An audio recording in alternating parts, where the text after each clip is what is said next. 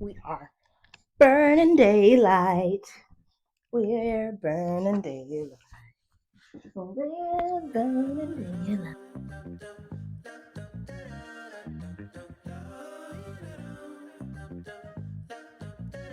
I have to tell you about the project I worked on last week. Last week, I made the Chantelle dress pattern by Dressmaking Amore. I'm going to assume it's Chantelle. When you see the dress itself, you can come to whatever conclusion you have about the pronunciation of that particular name. But oh my god, I was so excited to get to work on this project, and I think it honestly came out amazing. The pattern itself, I'll start out by saying, is definitely not a beginner pattern. There's several things that you're going to want to make sure that you're comfortable with in advance if you want to make this dress look as good as possible. A couple of non-negotiables for me: using a lining in the dress instead of the facing, absolutely nailing the invisible zipper, and making sure that my sleeves were not only going to have that puff, but that I was going to be able to make that puff nice and even. So if you're not necessarily comfortable yet with sleeve construction, you may want to, start with something else possibly. But if you do decide to do this dress, do it with the lining so you can practice it on the lining first before the actual main fabric of it, and possibly be comfortable with the idea of doing it more than once. I refit one of my sleeves so that it matched better to the other sleeve. I don't know why, but when I sewed it down, the gather just didn't look exactly right. But, those are things that were non-negotiables for me while doing the dress, and you're definitely going to want to be comfortable with those. This is not a first project by any stretch of the imagination. So definitely do practice and feel comfortable and confident when you're doing this particular dress. I did the dress in this lovely, I'm going to call it tweed. It's kind of like a boucle. I was so lucky to find this fabric at a shop not too far away from me in my home state. I loved getting to work with it. It is a little bit on the thinner side, which is the other reason I opted for doing a lining. The other reason was because it is delicate. Like, you're seeing a lot of those individual threads. So when I did the pattern itself, after I cut out all of my pieces, I individually overlocked each piece before getting started, just so that I knew that fraying wasn't going to be an issue on the inside of the dress. Even though I was doing the lining, I wanted to make sure it was going to be as clean as possible, and the look is incredible. And I felt comfortable pressing all of my seams very flat because it was already so structured. The overlocking added to the structure of the fabric so that I could feel comfortable doing all the pressing that I was doing. Which brings me to another thing about this dress: the seams. There's something about a princess seam that I just think looks so mwah, and I think their patterns do it incredibly well. The ironing of it is going to be incredibly important, which brings me to an important piece. They do actually call out on their instructions using a wooden clapper, and honestly, I do think that it is a big help in the project, is making sure that those seams are nice and perfect and beautiful. It's going to add to how expensive the item looks at the end of the day. It's going to look nice and clean and seamless. For the seams on the inside, I opted for French seams because I was like, nobody's going to see them. I was like, what will happen is the part of it that's the perfectly flat piece of the seam is going to be what's touching my body so that I'm not feeling anything. So I was like, I could just do them regular, and then the seam allowance is just going to be facing out. But I was like, with how thin the main fabric was of the dress, I didn't want them to look visual or for the frayed edges to pop through or anything like that. So I opted for a French seam for that space in between, so that the seam allowance was hidden inside of it. One of the things I did not do while I was doing it, though, I was a lazy little bean, and I did not trim my first seam allowance when I went to go and do the flip.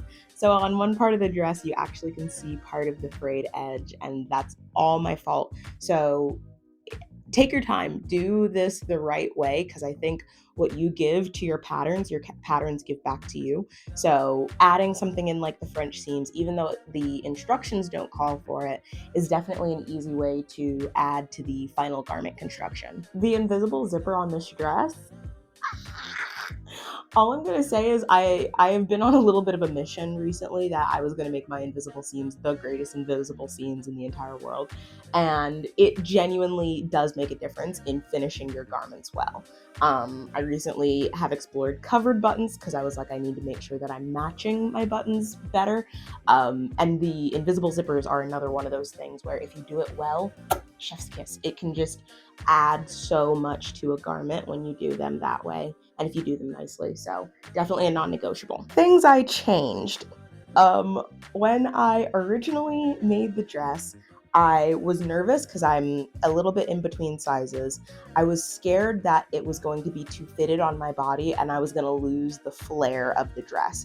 So the side seams of it call for a slightly thicker seam allowance, and this is so that the dress can be sized up and down, like if I needed to tailor it later. So I basically was like, oh, if it's calling for 2 centimeters, I'll just do 1 centimeter because I feel like I'm gonna need to size it up anyway. So I went for making it bigger, and honestly, I regret that so much.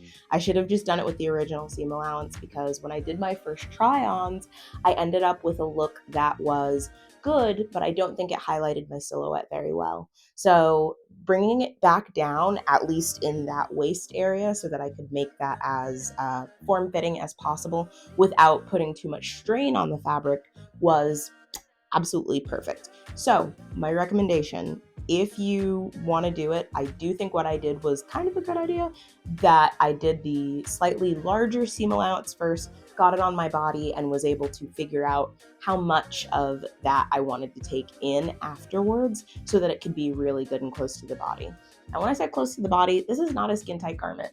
I think one of the things that also makes it look incredibly elegant is the fact that it is not skin tight. It is form fitting. So it is fit to my form. It's not shoving my form into the dress. And the reason being, honestly, is probably because they do such a good job with their sizing. But yeah, love, love, love it. It is so beautiful.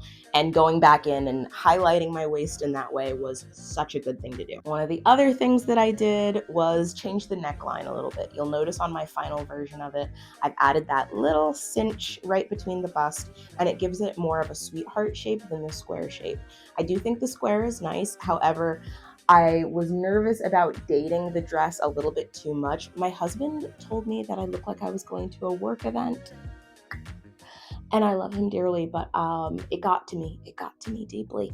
Um, so the next thing I know, I decided to make it a little bit more modern. I wanted it to have a little bit more of a fit to the body.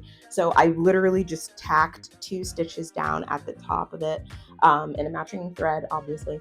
And it was kind of cute. It looked a little bit like a bow, and I love bows. I was almost tempted to be like, oh, maybe I put an actual bow there. And it was like, less is more. And honestly, it reads very well. I think it looked wonderful in pictures, and it also added to the shaping of the dress, so it just felt really comfortable on my body. I was comfortable in it all day, where sometimes if I wear something with a square, like a flat square across it, because I do have a slightly larger bust on my frame, I can sometimes feel like I get gaping or gapping where it's kind of bowling out from where my bust is sitting. So adding that little cinch to the top just made it really, really cute. And it's good for me. What I will also say is good is that I can take it out if I want to. So this was good for the event that I was going to, and I loved the way that it looked. Probably gonna leave it in, but if I ever do decide that I want to wear it more square, I absolutely can. Third change that I made, oh my god. My sister, love her to death, is the most honest person in the world with me. When I showed her the dress, I had not yet done the waist adjustment, so it was still a little bit boxy on me.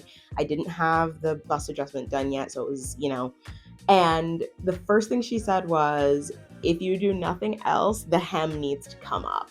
So at the time that I showed it to my sister, the hem is kind of right at my knee almost. Like I'll say like I was right near the fingertip, and I had already finished the hem. So I just hand sewed this hem, by the way. I was like, it's gorgeous, it's beautiful, it's undetectable. I was like, oh my God. Show it to my sister, and she's like, I need like an inch and a half, 2 inches up. She's like, that's not a request. That's you got to do that. She's like, it's got to come up. So I was like, I'm not sure. I don't want it to look, tacky, anything like that. She's like, it's tacky for it to look like it doesn't fit you. So I heard her loud and clear, decided I was going to make the adjustment to it, and I did, and I'm happy that I did. So I brought it shorter on my body. I'm 4'11", so going shorter was not really a concern. I think that's one of the other really good things about the pattern. I feel like you can get a range of heights and sizes and shapes into a dress like this, and it looks really flattering on anybody. So going shorter made sense for me. I definitely recommend you do it if you are slightly tinier. It just makes it a little cutesy.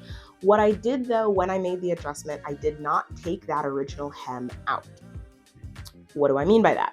So there's that little hand sewn edge from when it was at my knee. When I flipped it to bring it up the 1.5 inches, I didn't get rid of that edge. So there's actually a pretty thick, I'm using what they gave, which is basically like, I believe it was a 4 centimeter or more seam for you to be able to use for your hem. So I'm using that whole thing. I didn't get rid of it. And honestly, it adds to the structure of the dress so much.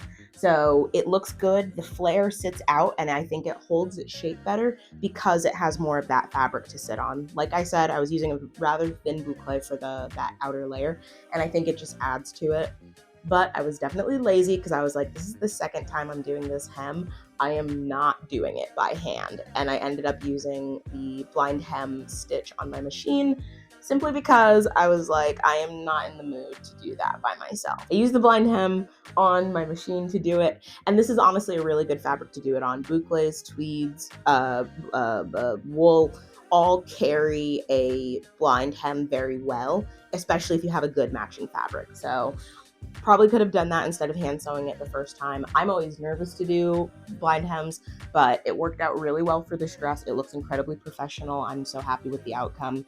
The lining, I will be honest, I am a bad little baby, and I did have this done on my overlock machine just for speed. One of the things I will recommend is the pattern does call for bringing it up, I believe, 1.5 centimeters or 2 centimeters. Absolutely do that.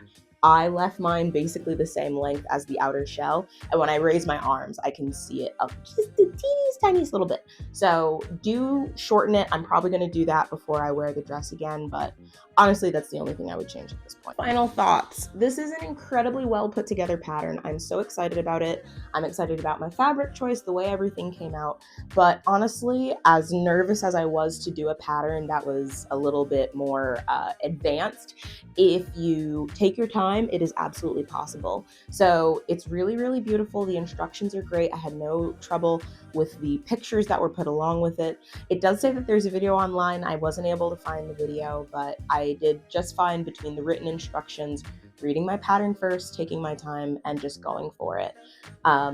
Anyway, I hear my dog coming upstairs. There he is. Hi, sweetheart. Come on. You wanna? Yep. Up. Brisket.